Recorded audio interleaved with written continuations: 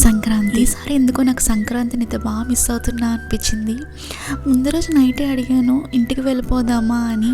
తను అన్నారు మా అత్తయ్య వాళ్ళకి ఇంకా మా మదర్ వాళ్ళకి యాగంటి అహోబిలం ట్రిప్ ఉంది, సో మన వల్ల అది ఎందుకు డిస్టర్బ్ చేయడం అని. ఇంకోటి నా లెగ్ కూడా బాగాలేదు కదా, ఎందుకు అంత దూరం అని అన్నారు. సో ఆ నైట్ ఇంకా మేము అలా అనుకుని పడుకున్నామో లేదో మార్నింగ్ లేసేసరికి మా డాడీ అయితే మా ఇంటికైతే వచ్చారు. నేనైతే అసలు ఎక్స్పెక్ట్ చేయలేదు, ఫుల్ షాక్ అయ్యాను. ఏంటి మార్నింగే మా డాడీ అని, చిన్న హింట్ కూడా లేదు వస్తున్నారు అని.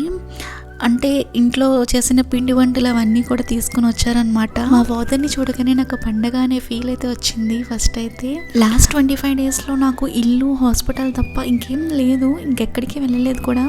సో నేను ఇంకా అదే ఫీల్లో ఉన్నా. ముగ్గురమే ఉండుంటే అసలు ఏం ఉండేది కాదేమో. నేనున్న సిచ్యువేషన్లో నా ఇంజురీతో చెప్పకుండా రావడం వల్ల నేనైతే చాలా హ్యాపీ ఫీల్ అయ్యానండి. మీరు కూడా ఇంతేనా?